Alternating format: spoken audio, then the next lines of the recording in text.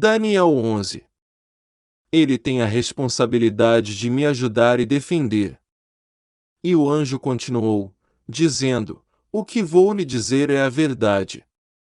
A Pérsia terá mais 3 reis, depois deles terá um quarto rei, que será o mais rico de todos. Com a sua grande riqueza ele será muito poderoso, reunirá todos os seus soldados e atacará o reino da Grécia. Depois, aparecerá outro rei, muito valente. O seu reino será imenso, e ele fará o que quiser. Mas, quando o seu poder chegar ao máximo, o seu reino será desfeito e dividido em 4 partes. Os reis que vão ficar no lugar dele não serão seus descendentes e não terão o mesmo poder que ele tinha. O rei do Egito será poderoso, mas um dos seus generais será mais poderoso ainda e governará um reino maior. Depois de alguns anos, o rei do Egito e o rei da Síria farão um acordo, e o rei do Egito dará a sua filha em casamento ao rei da Síria, para garantir a paz entre as duas nações. Porém o plano fracassará, pois ela, o marido, o filho e os empregados serão todos assassinados. Mas, pouco depois disso, um parente dela se tornará rei e marchará com as suas tropas contra o exército do rei da Síria, entrará na fortaleza dos sírios e os derrotará. Ele levará para o Egito as imagens dos deuses da Síria e objetos de valor feitos de ouro e de prata. Haverá alguns anos de paz entre as duas nações. Mas depois o rei da Síria procurará invadir o Egito. Porém ele será derrotado e voltará para a sua terra. Os filhos do rei da Síria se prepararão para a guerra e organizarão um exército poderoso. Um deles sairá com as suas tropas para conquistar o Egito e arrasará tudo como se fosse uma enchente. Invadirá o Egito e atacará a fortaleza do rei. O rei do Egito ficará tão furioso, que sairá com o seu exército e atacará os sírios, que se entregarão aos egípcios. O rei do Egito ficará muito orgulhoso por ter derrotado os sírios e por ter matado tantos soldados. Mas o seu poder durará pouco.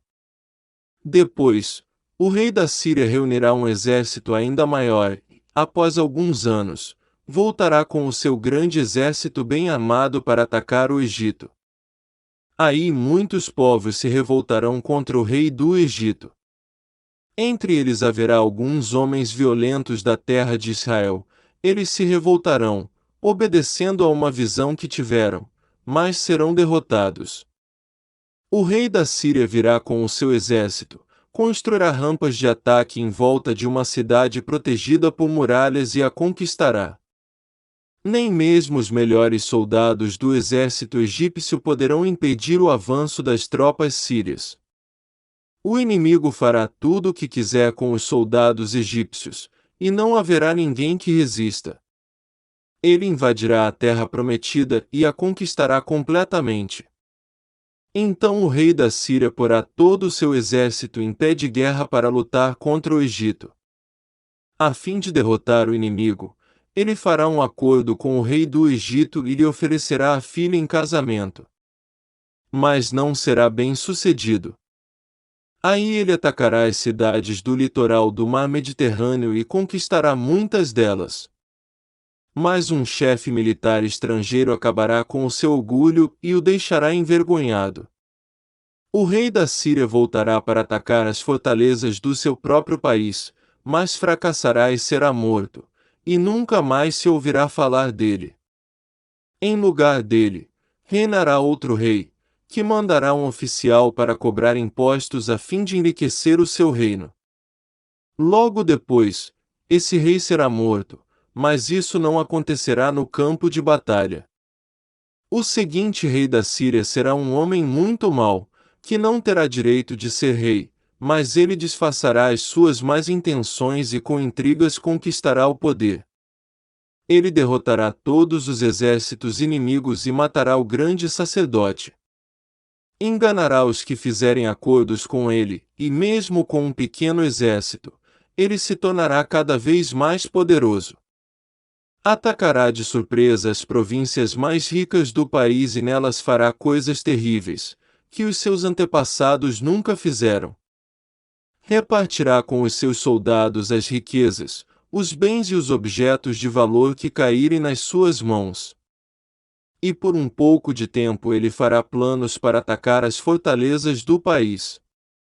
Confiando no seu poder e na sua coragem, ele marchará com o seu grande exército contra o rei do Egito.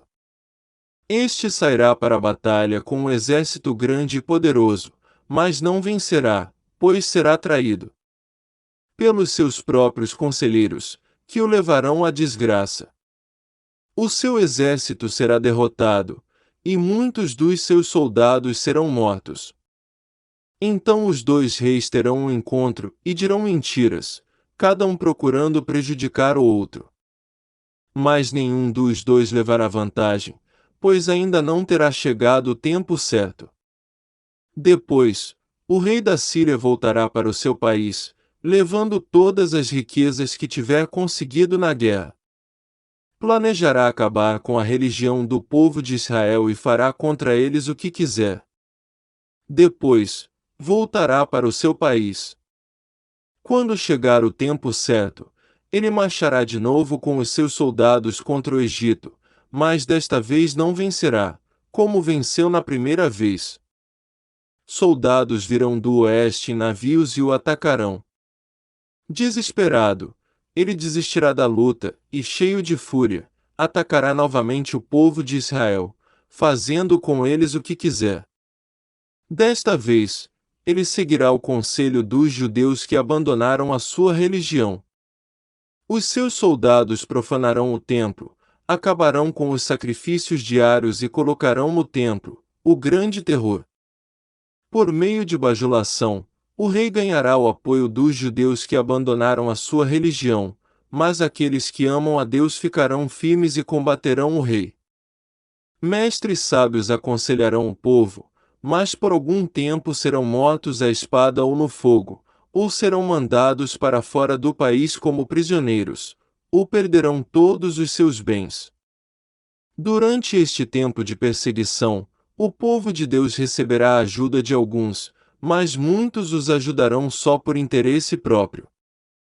Alguns dos mestres sábios serão mortos, mas isso será um meio de purificar e aperfeiçoar o povo de Deus. Isso continuará até chegar o fim, no tempo marcado por Deus. O rei da Síria fará o que quiser. Ele será tão vaidoso, que pensará que está acima de todos os deuses e dirá coisas terríveis contra o Deus dos deuses. Ele fará tudo isso até que Deus o castigue, pois Deus o castigará, de acordo com o que já decidiu. Esse rei não adorará os deuses que os seus antepassados adoravam, nem os deuses que as mulheres preferem, nem qualquer outro deus, pois ele acreditará que está acima de todos os deuses. Mas ele adorará o Deus protetor das fortalezas. A esse Deus, que os seus antepassados não conheciam, esse rei oferecerá ouro, prata, pedras preciosas e outros objetos de valor. Com a ajuda de pessoas que adoram um Deus estrangeiro, ele defenderá as suas fortalezas. E todos os que o aceitarem como rei receberão honrarias, posições de autoridade e terras. Quando chegar o momento final, o rei do Egito atacará o rei da Síria, e este sairá ao seu encontro com todas as suas forças armadas, isto é, carros de guerra, a cavalaria e muitos navios. Como as águas de uma enchente, os seus soldados invadirão o Egito. Ele invadirá também a terra prometida e matará milhares e milhares de pessoas, mas escaparão os povos de Edom e de Moabe e a maior parte do povo de Amon. O seu exército ocupará muitos países, nem mesmo o Egito escapará. Levará do Egito os tesouros de ouro, e de prata e outros objetos de valor. E conquistará também a Líbia e a Etiópia. Mas chegarão notícias do leste e do norte, que o encherão de medo.